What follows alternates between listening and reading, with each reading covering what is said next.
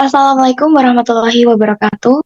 Kepada yang terhormat para investor yang berkesempatan hadir pada hari ini, terima kasih telah memberikan kami kesempatan untuk memperkenalkan produk kami, yaitu buku dan e-book mengenai anestesi yang disusun oleh tim kami, yaitu Anestesi by Requio, yang terdiri dari Khairunisa Hamidah dengan NIM V8224035 dan saya sendiri Rahman Hidayati dengan NIM P8224047 dan Ulung Buana Pinasti Santoso dengan NIM P8224049.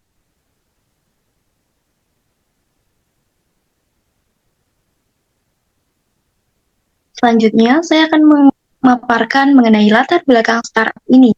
Kehadiran wirausaha digital di Indonesia berpotensi menciptakan perusahaan rintisan yang menggunakan teknologi disruptif untuk menawarkan solusi yang lebih mudah dan murah bagi konsumen.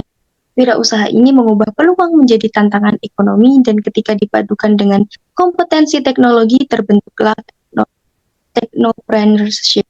Technopreneurship berfokus pada pengembangan riset dan inovasi teknologi yang memberikan manfaat bagi pencipta dan masyarakat. Dengan demikian, wirausaha digital dapat meningkatkan aktivitas ekonomi dan kualitas hidup masyarakat.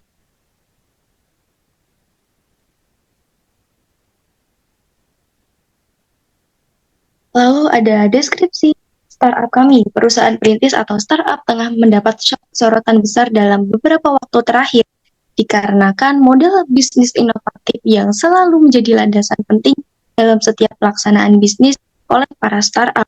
Banyak perusahaan perintis yang berangkat dari permasalahan sosial yang nyata sehingga kehadiran mereka juga dianggap menjadi pioner dalam penyelesaian masalah sosial. Pada saat ini masih kurangnya pemahaman masyarakat atau halayak umum mengenai dunia anestesi. Maka dari itu kami berinovasi untuk memasarkan buku kesehatan yang tertuju kepada anestesiologi dan gambaran umum mengenai kesehatan.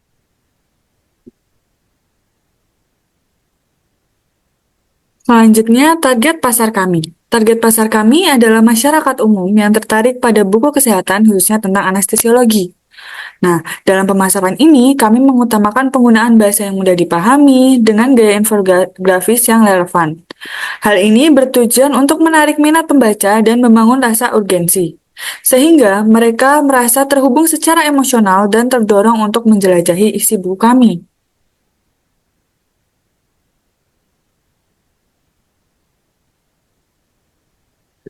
Oke, di sini merupakan gambaran business model canvas kami. Bisa dilihat sendiri, pertama ada key partners, key activity, key resource cost, value proposition, customer relationship, customer segment, channel, cost structure, revenue stream. Selanjutnya yaitu fungsi dan struktur organisasi. Yang pertama, ada direktur utama atau CEO atau pemilik. Sebagai pemimpin perusahaan yang bertanggung jawab atas pengambilan keputusan strategis dan manajerial tingkat tinggi. Lalu ada departemen editorial yang berfungsi sebagai bertanggung jawab atas keseluruhan editorial yang mencangkup naskah dan penelitian. Kemudian ada departemen desain dan produksi, departemen yang berfokus dalam bidang pendesainan serta produksi buku. Lalu ada departemen pemasaran dan penjualan. Departemen ini yang mengelola pemasaran buku dan meningkatkan jangkauan penjualan buku.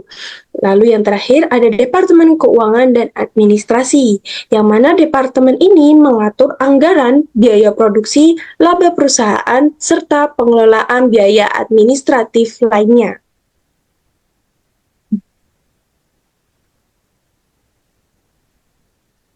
Lalu selanjutnya, strategi yang kami gunakan dalam pencarian modal startup kami yaitu melalui pitching atau sebuah presentasi singkat dan pada dilakukan pelaku bisnis untuk meyakinkan klien, investor, mitra, ataupun konsumen.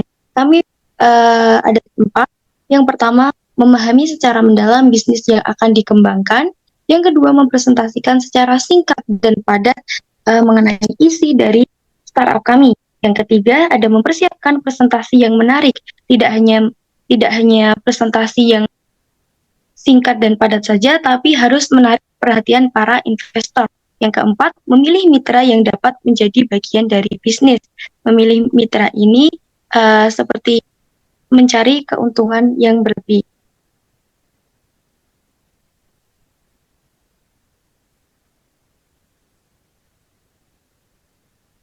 Oke, selanjutnya di sini ada strategi pemasaran yang kami buat, yaitu ada satu, konten yang berkualitas, artikel informatif untuk menarik minat pembaca, pembeli buku atau e-book. Yang kedua, promosi di media sosial. Nah, di sini jangkauan audiens dengan konten yang beragam, seperti kuis dan video platform seperti Instagram dan TikTok, itu akan menarik banyak konsumen yang akan datang. Nah, yang ketiga ada launching event dan webinar. Berikut merupakan acara peluncuran untuk membangun minat dan webinar dengan ahli untuk meningkatkan kredibilitas. Jadi nanti kita akan melakukan pelancingan event, nanti ada acara dan di situ juga ada webinar. Kami mengundang para ahli dalam bidang kesehatan untuk meyakinkan para konsumen supaya tertarik pada buku kami. Yang keempat, ada partisipasi dalam pameran, memperkenalkan buku di pameran untuk uji coba pasar dan membangun jaringan.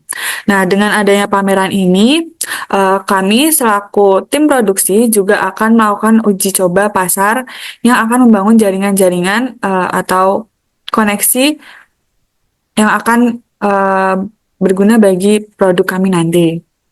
Dan yang terakhir, itu ada diskon dan promosi. Diskon besar untuk 50 pembeli pertama dan promosi pada hari-hari kesehatan tertentu untuk mendorong pembelian. Selanjutnya ada analisis SWOT atau SWOT. Yang pertama, strength atau kekuatan. Di sini kami memiliki kelebihan atau kekuatan pada konten spesifik yang mendalam, lalu ada sumber pengetahuan yang terpercaya, dan ada membantu dalam pembelajaran. Yang kedua, ada weakness atau kelemahan. Dari kekuatan atau kelebihan yang kami punya, tentu kami memiliki kelemahan. Yang pertama, jangkauan pembaca yang terbatas, lalu menggunakan bahasa yang kompleks, lalu perubahan informasi dunia medis yang cepat, dan harga cukup mahal. Yang ketiga, opportunity atau peluang. Dari produksi buku yang kami rencanakan ini, tentu kami telah menganalisis peluang-peluangnya. Yang pertama ada meningkatnya minat dalam pendidikan keperawatan anestesiologi, lalu ada kebutuhan pendidikan yang semakin meningkat, kemudian ada akses platform digital yang mana kami juga menyediakan versi e-booknya, lalu ada kemajuan teknologi kesehatan. Dan yang terakhir yaitu threat atau ancaman.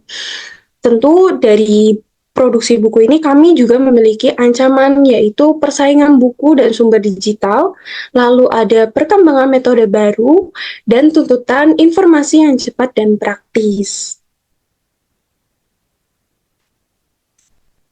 Lalu yang terakhir ada kontinuitas bisnis atau produk. Yang pertama ada riset pasar dan kebutuhan pembaca, yang kedua kerjasama dengan institusi medis, yang ketiga ada pembaharuan konten secara berkala, yang keempat digitalisasi dan pengembangan versi digitalnya, yang kelima diversifikasi produk, yang keenam membangun jaringan distribusi yang kuat, yang ketujuh strategi pemasaran yang tepat, dan yang terakhir yang kedelapan yaitu kolaborasi dengan penulis dan editor ahli.